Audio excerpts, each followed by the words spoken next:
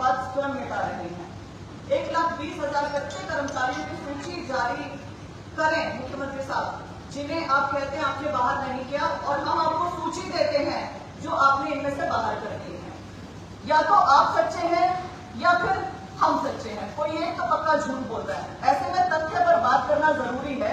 हम तथ्य रख रहे हैं और आपसे अपेक्षा करते हैं कि आप भी तथ्य का जवाब तथ्य से ही देंगे, बरगलाएंगे नहीं, बातें नहीं बनाएंगे। हरियाणा विधानसभा चुनाव के समय मौजूदा मुख्यमंत्री हरियाणा श्री नायब सिंह सैनी जी ने प्रदेश के कच्चे कर्मचारियों से ये वादा किया था कि वे उनकी सेवा सुरक्षा का नियम ले आए हैं, वह अब उन्हें उनकी नौकरी से निकाल रहे हैं। का सपना केवल सपना रह जाएगा। उन्होंने बताया था, ये कहा था, मैं आपको वीडियो के माध्यम से भी सुनाना, ऑडियो के माध्यम से भी सुनाना चाहूंगी कि कोई भी कच्चा कर्मचारी, चाहे वो अनुबंध पे हो, आउटसोर्सिंग, HRM के माध्यम से लगा हुआ, नहीं निकाला जाएगा। जिसका चुनाव पूर्व सभी कच्चे कर्मचारी ने अर्थ निकाला कि अब उनको उनकी सेवा सुरक्षा प्रदान की जाएगी, उन्हें रिलीव नहीं किया जाएगा, और उन्होंने इसी के चलते भर भर कर वोट दिए और नायब सैनी की सरकार बनवाई। ये आप सुनिए मुख्यमंत्री साहब का बयान। के माध्यम से प्रस्ताव को हमने पारित किया है। इसके लिए मैं बताना चाहूंगा कि प्रदेश के विभिन्न विभागों में कार्यरत सभी अनुबंधित कर्मचारियों सहित हरियाणा कौशल रोजगार निगम के तहत कार्यरत सभी अनुबंधित कर्मचारियों की सेवाएं सेवानिवृत्ति के अवधि तक सुरक्षित करने का, चाहे वो आउटसोर्सिंग है और चाहे HRM के माध्यम से, ऐसे सब कर्मचारियों को जिसका हरियाणा प्रदेश के अंदर लगभग 1,20,000 कर्मचारियों को सुरक्षित करने का निर्णय आज के एक्ट के माध्यम से हमारी कैबिनेट ने लिया है। इसके लिए मैं सभी कर्मचारियों को बधाई देता हूँ। ये इस वीडियो के माध्यम से खुद कह रहे हैं कि सेवानिवृत्ति के अवधि तक किसी को रिलीव नहीं किया जाएगा 1,20,000 में से। मुख्यमंत्री साहब ने बार बार ये बात जोर देकर कही है कि 1,20,000 में से कोई बाहर नहीं होगा। ये पत्थर की लकीर है, लेकिन दुर्भाग्यवश वो अपनी पत्थर की लकीर खुद अपने हाथों से मिटा रहे हैं। इस प्रेस वार्ता के माध्यम से हम मुख्यमंत्री साहब से अनुरोध करते हैं कि सबसे पहले तो वो 1,20,000 की सूची जारी करें, और हम पीड़ित वर्ग जो मेरे साथ यहाँ पर हैं और लाखों युवा जो बाहर भी बैठे हैं, जो लगे भी हुए हैं और बाहर भी हुए हैं, वो भी ये सूची जारी करते हैं कि कितनों को बाहर किया गया। कर्मचारियों की जो सूची मैं अभी आपके सामने पढ़ने जा रही हूँ, मेरे साथी आपको साथ के साथ दिखाएंगे, और जो प्रेस नोट आपको दिया जा रहा है उसके साथ भी ये संलग्न है, सारा का सारा PDF फाइल में है। 720 शिक्षक बाहर किए गए, TGT और PGT सरप्लस के बहाने बनाकर, जबकि 11 मार्च 2025 को एक खबर के मुताबिक 14,295 सरकारी स्कूलों में, हरियाणा के 14,295 सरकारी स्कूलों में 15,659 शिक्षकों के पद खाली हैं, फिर भी इन्हें बाहर किया गया। और कमाल की बात एक और, विधानसभा में घोषणा की जाती है कि HRM के ही माध्यम से 3,500 शिक्षकों की नई भर्ती ये करेंगे, पुराने वालों को हटा के नए HRM के माध्यम से ही ये शिक्षक लगाएंगे। दूसरा, पंचायती राज, वन विभाग, चुनाव विभाग, नहर व सिंचाई विभाग व पशुपालन विभाग से 1,000 से ज्यादा कच्चे कर्मचारियों को बाहर का रास्ता दिखा दिया गया है। इन कर्मचारियों की इलेक्शन से पहले बहुत जबरदस्त जरूरत थी सरकार को, अचानक इलेक्शन के बाद इन्हें जरूरत नहीं रही। ऊपर के उदाहरण के अलावा अब ऐसे उदाहरण आपके सामने रख रही हूँ जो 5 साल से ज्यादा समय से हरियाणा सरकार की सेवा कर रहे थे, वह उन्हें कभी परफॉर्मेंस का बहाना बनाकर या कभी सरप्लस का बहाना बनाकर बाहर का रास्ता दिखाया गया। मैं अब ऐसे कर्मचारियों की बात करूं जो 5 साल से ज्यादा समय से लगे हुए थे, जो ये कह रहे हैं हमने बाहर नहीं किए हैं। 2018 से मल्टीपर्पज वर्कर्स, ये मल्टीपर्पज वर्कर्स के प्रधान हमारे साथ बैठे हैं जोगेंद्र जी, ये प्राथमिक स्कूल में कार्यरत हैं। तकरीबन 250 लोग हैं जिन्हें बाहर का रास्ता दिखाया गया। इनका जो कॉन्ट्रैक्ट है 31 मार्च 2024 को समाप्त कर दिया गया था। अब ना एक्सटेंशन दे रहे हैं, लेकिन इनसे काम लगातार लिया जा रहा है। पिछले 1 साल से इन्हें तनख्वाह भी नहीं दी गई है। इनकी संख्या कैथल में 130, पानीपत में 74 और झज्जर में 47 है। मुख्यमंत्री साहब आप कहते हैं आपने एक भी नहीं हटाया, हम आपको अनेक के द्वारा देना। दूसरा, पलवल से सिंचाई विभाग से जनवरी 2020 और 21 से लगे कर्मचारियों को बाहर कर दिया गया सरप्लस का बहाना बनाकर। इसके बाद 2010 PTI, आपने सुना होगा PTI का आंदोलन बहुत बड़ा आंदोलन हुआ था हरियाणा में। कर्मचारियों को हटाया गया, फिर HRN के माध्यम से उन्हें लगाया गया, फिर उनमें से अब कुछ एक को बाहर का रास्ता दिखा रहे हैं सरप्लस का बहाना करके। अब क्या उनके 5 साल से ज्यादा नहीं हुए? मुख्यमंत्री साहब से सवाल बनता है। सिंचाई विभाग में ऐसे बहुत से कर्मचारी हैं जिन्होंने 5 साल से ज्यादा समय हो गया, लेकिन उन्हें बाहर का रास्ता दिखाया गया। ये मेरे साथी आपको दिखा रहे हैं सब कुछ। उदाहरण इसमें मैं आपको देना चाहूंगी नाम के साथ। जिया लाल है, बेलदार 1 नवंबर 2018 से लगे हुए थे। ये आउटसोर्सिंग पॉलिसी पार्ट 2 HRN के अंदर ही आती है, जो आपके उसमें ही है। जगरूप बेलदार 1 नवंबर 2018 से, प्रदीप रमेश 2019 से, 2020 से अनगिनत है, 2021 से अनगिनत है, लेकिन सबको बाहर किया गया।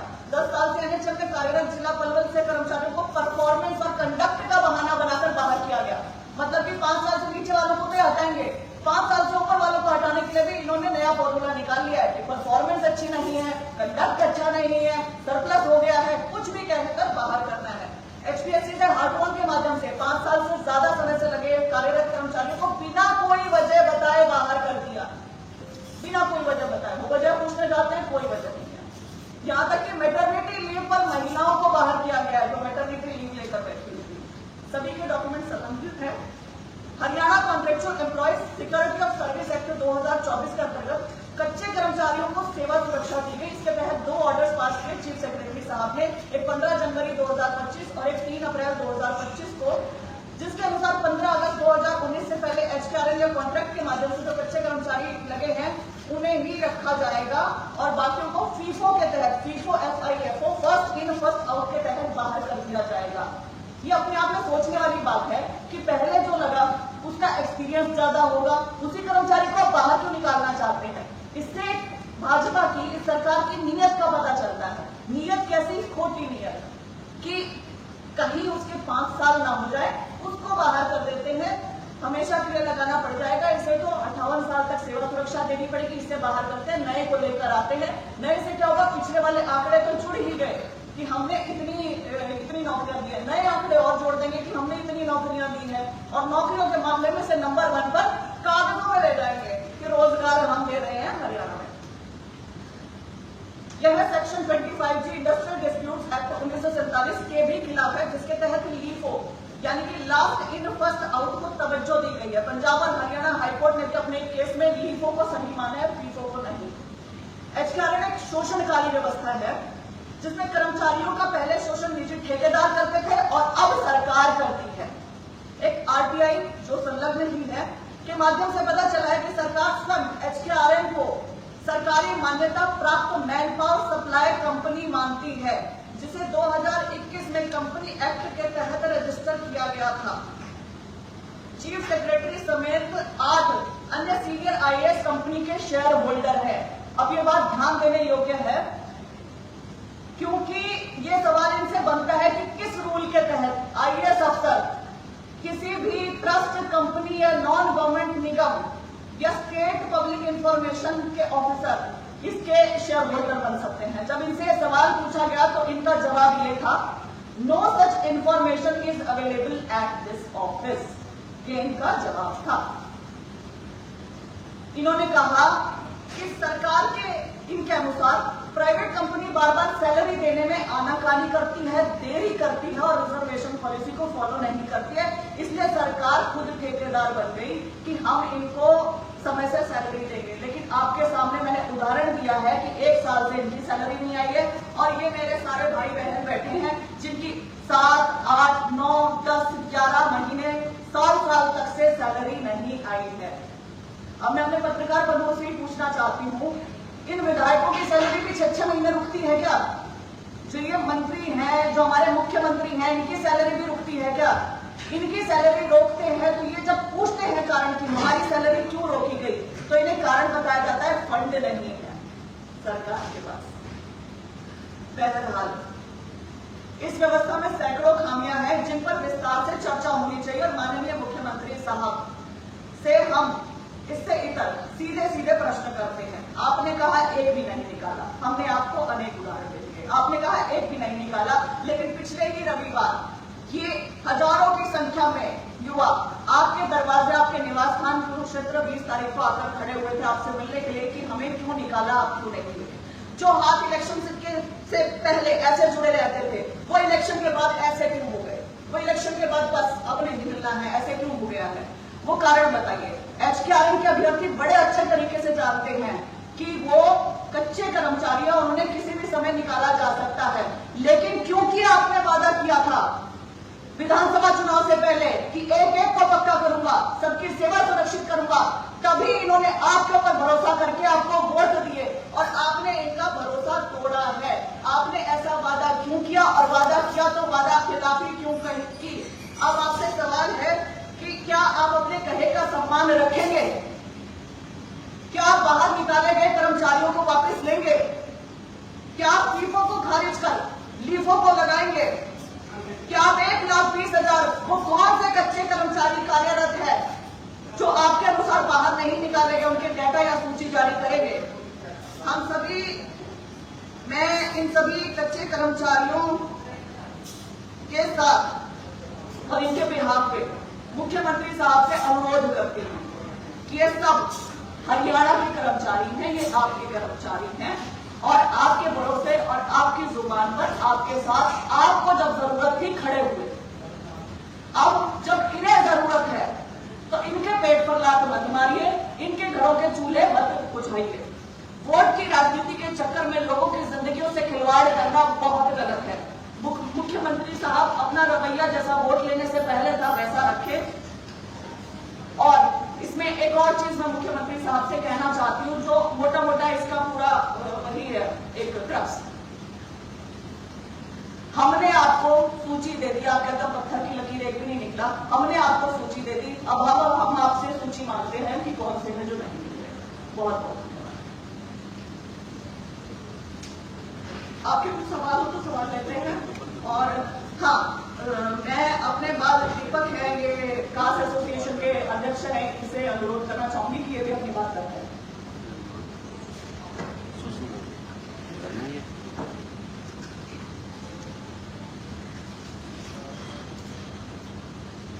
जी, सर्वजन चहेती हरियाणा की सर्वश्रेष्ठ समाज सेविका, हम सब की बड़ी बहन श्वेता ढोल जी का मैं अभिनंदन करता हूं कि उन्होंने इस प्लेटफॉर्म के माध्यम से हम समस्त अच्छे कर्मचारियों की आवाज बनने का कार्य किया। और ये एक ऐसी आवाज जो फैक्ट पे बात करती है, तथ्यों पे बात करती है, अंधेरे में तीर मारना या कुछ अनापशना कुछ ऐसी बातें नहीं होती। इस प्लेटफॉर्म से बहन जी के माध्यम से जो आवाजें जब जब उठाई गई हैं वो बिल्कुल सटीक होती हैं, बिल्कुल सही होती हैं, उचित होती हैं, जायज होती हैं। और हमारी मांग को बहन जी ने जो उठाया है, इसके लिए मैं अपनी एसोसिएशन ही नहीं बल्कि समस्त HKRM के जितने भी कर्मचारी हैं, जितने भी विभाग हैं, जितने भी रिलीव या ऑन जॉब टीचर्स हैं या वर्किंग एम्प्लॉयज है, सभी की तरफ से बहन जी का मैं धन्यवाद करता हूँ। और आज इस मीडिया के माध्यम से मैं एक बात कहना चाहता हूँ कि हम टीचर्स का पहले मैं एग्जाम्पल बताता हूँ सभी को इस मीडिया के माध्यम से। दिसंबर 2022 में हमें शॉर्टलिस्ट किया गया था गवर्नमेंट के द्वारा, और ऐसे में शॉर्टलिस्टेड होते ही मैं अपना बताता हूँ, मैंने दिल्ली में मैं टीचर लगा हुआ था, गेस्ट टीचर की वहां पे जॉब करता था, मैंने वहां से रिजाइन कर दिया शॉर्टलिस्टेड होने के बाद। बहुत सारे ऐसे टीचर थे जिनको प्राइवेट स्कूल की जॉब मिली हुई थी, प्राइवेट स्कूल वाले ने उनको निकाल दिया कि भाई आप तो सरकारी जॉब पे जा चुके हो, तो हमें तो कर्मचारी की जरूरत है। लेकिन हमें शॉर्टलिस्टेड करने के बाद दिसंबर 2022 के बाद ज्वाइनिंग दी जाती है जनवरी 2024 में, और वो भी इतने धक्के खाने के बाद ना जाने कितनी मेहनत संघर्ष हमने किए, इतनी लंबी लड़ाई हमने लड़ी। ये लड़ाई लड़ने के बाद जॉब तो हमने पा ली। अब जॉब पाने के बाद हमारे सामने क्या समस्या आती है, कभी 3 महीने का कॉन्ट्रैक्ट बढ़ाया जाता है, मात्र 3 महीने का, दोबारा फिर से 3 महीने का कॉन्ट्रैक्ट बढ़ाने के लिए क्या पता 10 दिन, क्या पता 20 दिन हमारे से इंतजार करवा गया, और इस दौरान हमारे शिक्षकों को कुछ वीडियो ने रिलीव कर दिया। अब गलती डिपार्टमेंट की और राजगिरी टीचर शिक्षक के ऊपर, तो ये बिल्कुल नाजायज है। और आज तक भी वो टीचर वापस नहीं आ पाए हैं। वहां पे उस दौरान उनकी पोस्ट भी सरप्लस नहीं है, और वहां पे उनकी डीडीओ द्वारा एक्सटेंशन की रिक्वेस्ट भी भेजी गई है, लेकिन फाइनेंस डिपार्टमेंट द्वारा मंजूरी न मिलने का बहाना बता करके इनकी एक्सटेंशन को रोका गया। और परिणाम क्या हुआ, हमारे कर्मचारियों की, साथी कर्मचारियों की जॉब चली गई, जो कि बिल्कुल अनुचित है। और जैसे जैसे हमने ये 1 साल गुजारा ही था, 31 मार्च तक धीरे धीरे हमारे कई साथियों को हमने खोया, बेरोजगार मुक्त होते, उनको रोजगार मुक्त होते देखा। अब परिस्थितियां क्या आई कि अचानक से 1 अप्रैल को एक आदेश जारी किया जाता है विभाग के द्वारा कि जो टीचर सरप्लस हैं आप उनको रिलीव करो तुरंत प्रभाव से। अब ऐसे में जो कर्मचारी लगातार काम करते आ रहे थे, चाहे वो टीजीटी सोशल साइंस है, चाहे वो हिंदी है, चाहे वो साइंस और मैथ हैं। और मुख्य तौर पे एक बात और मैं यहाँ पे कहना चाहूंगा, 1 अप्रैल को एक सूची जारी की जाती है, 1 अप्रैल 2025 को डिपार्टमेंट के द्वारा सूची जारी की जाती है, जो कि अभी दिखाई भी गई है, साक्ष्य हैं, फैक्ट्स हैं ये सभी के सभी। उन टीचर्स को रिलीव किया गया था अक्टूबर 2023 से लेकर के जनवरी 2024 तक। वो पीजीटी टीचर्स हैं जिनकी सूची 252 शिक्षकों के लिस्ट में जारी की गई है, उनको रिलीव किया गया था अक्टूबर 2023 प्लस जनवरी 2024 में। अब रिलीव तो उनको पहले कर दिया गया ऑन रिकॉर्ड, बट अब उनको पोर्टल पर रिलीव करने का आदेश जारी किया जाता है 1 अप्रैल 2025 को। अब यहाँ पे इस दौरान जनता को गुमराह किया गया, वोट बैंक जोड़ा गया कि भाई हमने इतने लोगों को रोजगार दिया, इतने लोगों को नौकरी दी, लेकिन हकीकत क्या है, उन लोगों को पहले ही हटा दिया गया था। और जिनको लगाया गया, जिनके बेस पे वोट बैंक बनाया गया, उन लोगों को अब निकाला जा रहा है। और जब हम मांग लेकर के जाते हैं मुख्यमंत्री जी के पास, मुख्यमंत्री जी हमें कहते हैं कि आप लोग अयोग्य हो, आप लोग एलिजिबल नहीं हो। लेकिन एक तथ्य ये भी है कि हमारी जब वैकेंसी आई थी तो हमसे जब डिटेल्स भरवाई गई थी, उसमें एचटेट का सर्टिफिकेट अपलोड करवाया गया था और बाकायदा ज्वाइनिंग के समय डीडीओ के द्वारा हमारे डॉक्यूमेंट्स को भी वेरीफाई किया गया था, चेक किया गया था। जब हम क्वालिफाइड हैं, जैसे मैं अपना बताता हूँ, पीजीटी इंग्लिश मेरे क्लियर है, सीटेट क्लियर है, सीईटी क्लियर है, सब कुछ क्वालिफिकेशन होने के बावजूद हम अयोग्य कैसे हो गए? और मैं अकेला ऐसा नहीं हूँ, समस्त शिक्षक ही ऐसे हैं। तो ऐसे में हमें अयोग्य मुख्यमंत्री जी द्वारा ठहराया गया 4 अप्रैल 2025 को। और उसके बाद हमने शिक्षा मंत्री जी से गुजारिश करी कि हमारी जॉब को कंटिन्यू रखने के लिए प्लीज आप हमारी मदद कीजिए। तो शिक्षा मंत्री जी कहते हैं कि भाई आप लोग 1-1.5 साल की नौकरी करके क्या सरकार के जमाई बनोगे? और मीडिया में मुख्यमंत्री जी के साथ साथ शिक्षा मंत्री जी का भी एक बयान देखने को आया है, वो सभी आप देख सकते हैं, यूट्यूब पे मिल जाएगा। शिक्षा मंत्री जी कहते हैं कि भाई ये जो कच्चे कर्मचारी हैं, पक्के कर्मचारियों के आने के बाद इनको रिलीव किया गया, तो ये लोग आते हमारे पास कि हमारे घर का चूल्हा जलने दो, भाई ऐसे कैसे चूल्हा जलने दें? तो मुख्यमंत्री जी के साथ साथ में शिक्षा मंत्री जी से भी इस मंच के माध्यम से, मीडिया के माध्यम से कहना चाहता हूँ कि सर, राजा आप हैं हरियाणा के, आपके पास नहीं आएंगे तो किसके पास जाएंगे? और रही बात रेगुलर कर्मचारी आ गए, टीचर्स को या किसी अन्य कर्मचारी को आपने रिलीव कर दिया, लेकिन आप एक तरफ तो कहते हैं कि हम अप्रैल में 3500 पीजीटी की भर्ती करने जा रहे हैं, शिक्षकों के पद खाली हैं, तो सरप्लस कैसे हो गई? तो ये कुछ ऐसी चीजें हैं जो कि फैक्ट के बेस्ड है, सारी की सारी चीजें। और मैं इस मीडिया के माध्यम से उन सभी सरकार और सरकार के प्रतिनिधियों के साथ साथ सरकारी विभागों के अधिकारियों तक भी अपनी आवाज पहुंचाना चाहता हूं कि कृपया करके हमारे रिलीव्ड साथियों को, समस्त रिलीव्ड साथियों को, चाहे वो टीचिंग वाले हैं चाहे वो नॉन टीचिंग वाले हैं, पद रिक्त पड़े हुए हैं।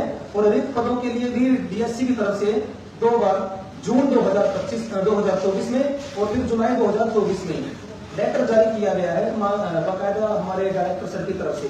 वो लेटर भी हमारे पास है, वो हम यहाँ पे प्रेस कॉन्फ्रेंसिंग के जरिए दिखाएंगे और आपको जमा भी करवाएंगे, संलग्न करवा देंगे इसको।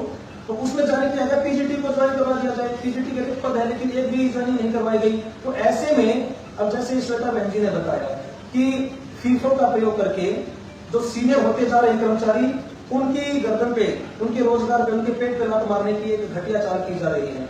अब फीफो को अप्लाई करवाने के लिए उन्होंने क्या किया, एक बार तो जून 2024 में, उसके बाद नवंबर 2024 में HKRN के माध्यम से ही दोबारा से उन्हीं पदों के लिए फ्रेश एप्लीकेशंस इनवाइट किए गए, फॉर्म भरवाए गए, जिन पदों पे टीचर्स को रिलीव अब भी किया जा रहा है एट प्रेजेंट। इससे क्या साबित होता है कि पद तो रिक्त हैं, लेकिन अब इस 1,20,000 कर्मचारियों की दायरे को बढ़ाने के लिए आज ये 1,20,000 का दायरा पेश करें जनता के सामने, कल को ये 2,40,000 का कर देंगे। लेकिन हकीकत क्या होगी, जो सीनियर कर्मचारी है उनको फीफो के नियम के अनुसार हटा देंगे और नए वालों को रोजगार दे देंगे। ये एक बहुत ही घटिया चाल है, ये ऐसा नहीं होना चाहिए। माननीय मुख्यमंत्री जी, आप जन कल्याण के नाते मुख्यमंत्री बने हो, आप जनता के सेवक के नाते मुख्यमंत्री बने हो, कृपया करके सभी विभागों के समस्त रिक्त पदों पे इन कर्मचारियों को हटाने की बजाय एडजस्ट कराने के लिए पॉलिसी बनाई प्लीज। और ये पॉलिसी हम ये मांग करते हैं कि इस पॉलिसी में एक लाइन लिखी जाए, किसी भी विभाग का कोई भी कर्मचारी जब नियमित कर्मचारी के आने की वजह से या किसी भी एक्सटेंशन जैसे खत्म हो जाने की वजह से एक बार रिलीव हो गया, तो मैक्सिमम 1 महीने के अंदर या मैक्सिमम 2 महीने के अंदर उसकी रीएडजस्टमेंट की व्यवस्था की जाए। हम ये मांग करते हैं और ये जायज भी है, इसमें कोई अनुचित बात नहीं है। फैक्ट के बेस पे ये सारी चीजें हम इस मीडिया के माध्यम से हम पहुंचाना चाहते हैं। बहुत बहुत धन्यवाद, नमस्कार।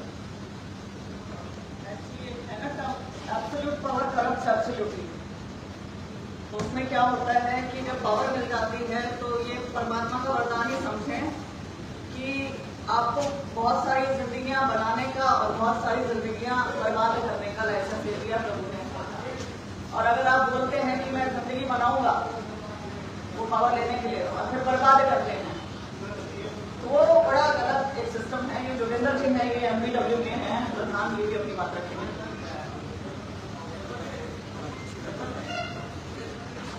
नमस्कार सर, मैं जोगिंदर MPW प्रधान। सबसे पहले मैं मैडम जी को बहुत बहुत धन्यवाद करना चाहता हूँ जो इस प्लेटफॉर्म पे हमें बोलने का मौका दिया। और मुख्यमंत्री जी जो बोल रहे हैं 5 साल से कर्मचारी जो हटाए गए हमें 7 साल तक हो गए हैं सर। ये कैप्टन से 130, सदर से 47 और पानीपत से 251 हैं टोटल हम। जो हम 2018 से लगे हुए हैं और 31 मार्च 2024 को हमारा रिन्यू 31 मार्च की बात, और 1 साल से हम हमारी कंटिन्यू ड्यूटी लग रही है 31 मार्च 2024 से। इसके बाद हमें न सैलरी मिली है, न ही हमें डिपार्टमेंट में लिया गया है और न ही हमारा कॉन्ट्रैक्ट रिन्यू हुआ है। हम रिक्वेस्ट करते हैं मुख्यमंत्री जी से हमारा सीना जोड़ी वाला काम न करें, रोटी रोजी न छीने, हमारी रोटी देने का कष्ट करें।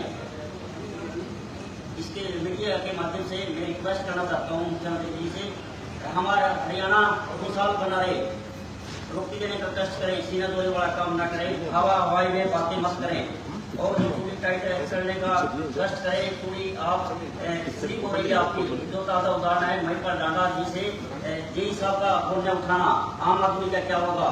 हमारे भी फाइल रुकी हुई है एशिया साहब के पास, उनकी भी पूरी टाइट करके हमारी फाइल निकलवाने का काम करें। बहुत बहुत धन्यवाद। आप भी कोई सवाल है तो सवाल करें।